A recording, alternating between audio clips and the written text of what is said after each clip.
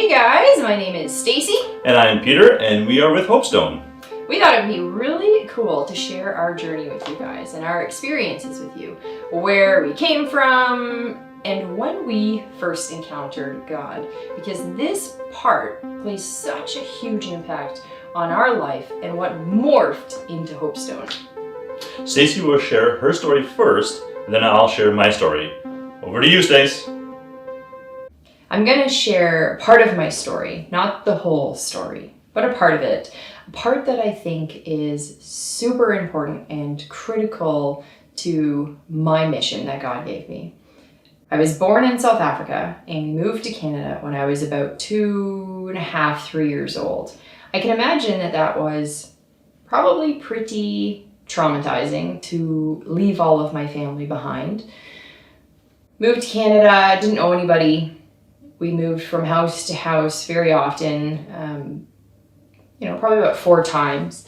So I was very often the new kid, which, as anyone knows, is never fun.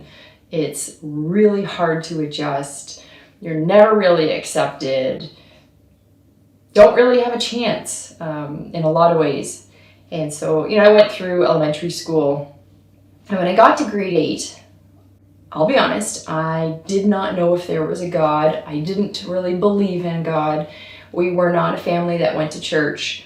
We went Christmas and Easter most of the time, but you wouldn't find us there any other time.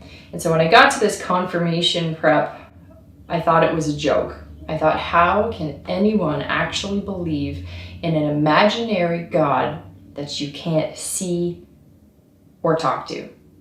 Doesn't make any sense. Went on this confirmation retreat, and I was the really difficult, sassy teenager that everyone sort of knew me to be. I made things very difficult, and at the end of the day, they had this portion for prayer, and I remember sitting there thinking, what a joke. I do not want to do this. Why are people actually praying? And I had all these thoughts in my head, and for a moment, I realized that I was the only one that was not praying. And I thought, fine, I'll give this a shot. And I prayed. But I authentically prayed. It was the first time, maybe in my life, that I thought, okay, if you're real, this is what I need you to do for me.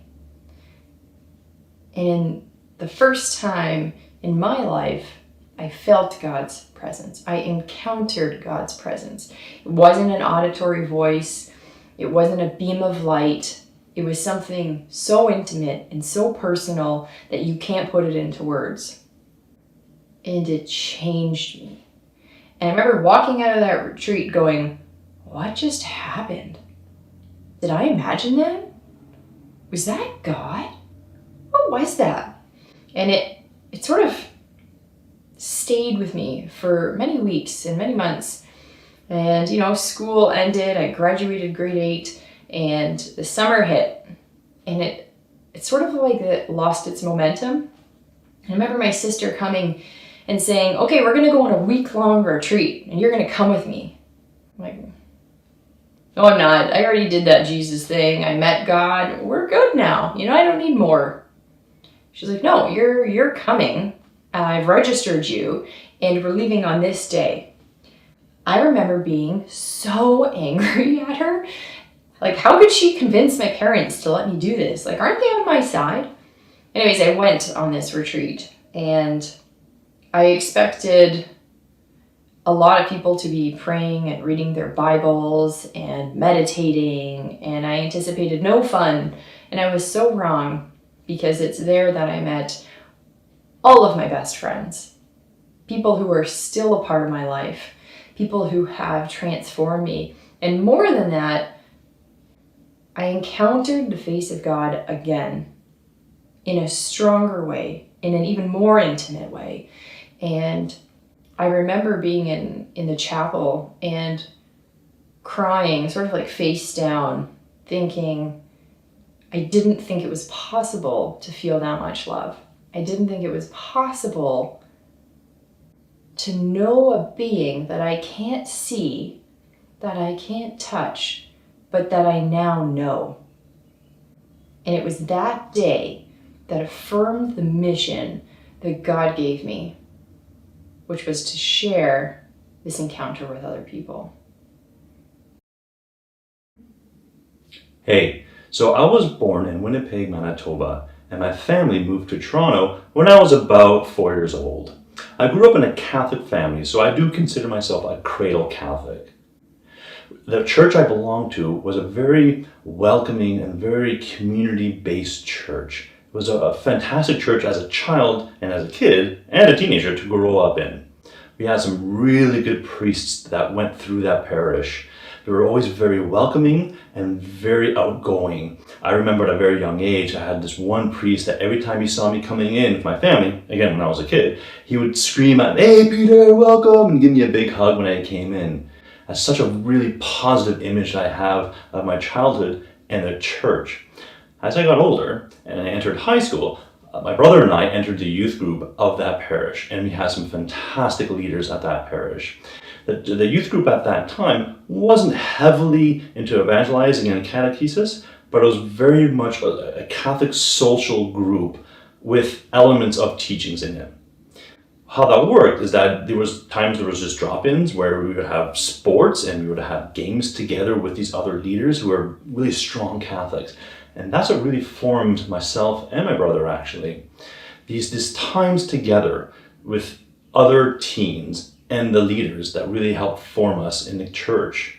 We saw older people, older than us, dedicating their lives to the church and to helping other young people.